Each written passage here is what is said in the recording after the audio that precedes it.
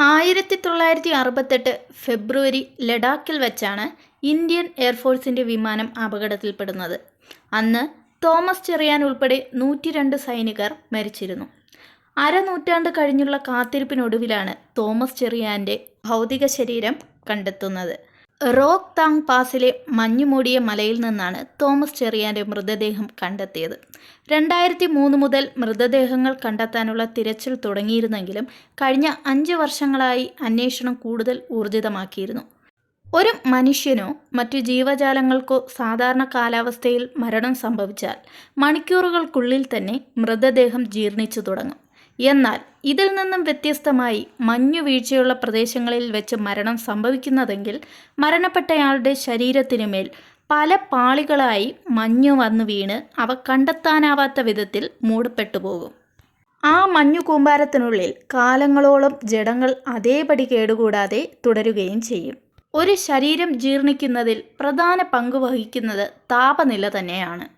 അതിനു പുറമെ ഈ പ്രക്രിയയിൽ ബാക്ടീരിയയും പ്രാണികളും സഹായിക്കുകയും ചെയ്യുന്നുണ്ട്. എന്നാൽ ഇത്തരം ജീവികൾക്ക് നിലനിൽക്കാൻ ആവശ്യമായ താപനില ഇല്ലെങ്കിൽ അവ സജീവമാകില്ല. അതിശൈത്യമുള്ള മേഖലകളിൽ ഈ ജീവികൾക്ക് പ്രവർത്തിക്കാനാവില്ലെന്നത് തന്നെയാണ് മഞ്ഞുമലകളിൽ വെച്ച് മരണപ്പെട്ടവരുടെ ജഡം പതിറ്റാണ്ടുകൾക്ക് ശേഷവും അതേ നിലയിൽ തുടരുന്നതിൻ്റെ പ്രധാന കാരണങ്ങളിലൊന്ന്. മഞ്ഞുമൂടിയ പ്രദേശങ്ങളിൽ വെച്ച് മരണപ്പെടുന്നവരുടെ ശരീരകോശങ്ങൾ ശീതീകരിച്ച നിലയിൽ അതാത് സ്ഥാനങ്ങളിൽ തന്നെ തുടരും. ഇത് ദ്രവീകരണ പ്രക്രിയയെ അക്ഷരാർത്ഥത്തിൽ തടഞ്ഞു നിർത്തുകയാണ് ചെയ്യുന്നത്. കാറ്റിൽ നിന്നും വെളിച്ചത്തിൽ നിന്നും മൃതദേഹങ്ങളെ സംരക്ഷിക്കുന്ന വിധത്തിൽ മഞ്ഞൊരു ഇൻസുലേറ്ററായി പ്രവർത്തിക്കുന്നതും ജഡങ്ങൾ അവയ്ക്കുള്ളിൽ മാറ്റമൊന്നുമില്ലാതെ തുടരുന്നതിനും കാരണമാകുന്നുണ്ട്. 56 വർഷം എന്നത് ഒരു നീണ്ട കാലയളവായി തോന്നുമെങ്കിലും 1000 വർഷങ്ങൾക്ക് മുകളിൽ വരെ ജഡങ്ങൾ മഞ്ഞിനുള്ളിൽ സംരക്ഷിക്കപ്പെടുമെന്നതാണ് വസ്തുത. ഇതിനു മുൻപും സമാനമായി ഇതുപോലെ ജഡങ്ങൾ കണ്ടെത്തിയിട്ടുണ്ട്. ഉദാഹരണത്തിന് 1991 ആൽപ്സ് പർവ്വതനിരയിൽ നിന്നും ഒരു ജഡം കണ്ടെത്തിയിരുന്നു.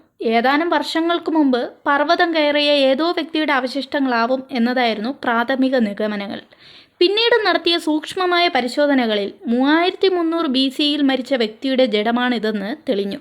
അദ്ദേഹത്തിൻ്റെ ശരീരത്തിലെ കലകളും ആമാശയത്തിൽ അവശേഷിച്ച ഭക്ഷണം വരെ കണ്ടെത്താനായി. ഐസ്മാൻ എന്ന പേരിലാണ് ഈ ജഡം പിന്നീട് അറിയപ്പെട്ടിരുന്നത്. ഇലന്തൂർ ഈസ്റ്റ് ഓടാലിൽ പരേതനായ OM തോമസ് ഏലിയാമ്മ ദമ്പതികളുടെ 5 മക്കളിൽ രണ്ടാമനായിരുന്നു കാണാതായ തോമസ് ചെറിയാൻ. കാണാതാകുമ്പോൾ തോമസ് ചെറിയാന് വെറും 22 വയസ്സ് മാത്രമായിരുന്നു പ്രായം. മഞ്ഞുമലകളിൽ വെച്ച് മരണപ്പെടുകയാണെങ്കിൽ ഇനി 1000 വർഷങ്ങൾക്ക് മുകളിൽ വരെ ജഡങ്ങൾ മഞ്ഞിനുള്ളിൽ സംരക്ഷിക്കപ്പെടുമെന്നതാണ് വസ്തുത.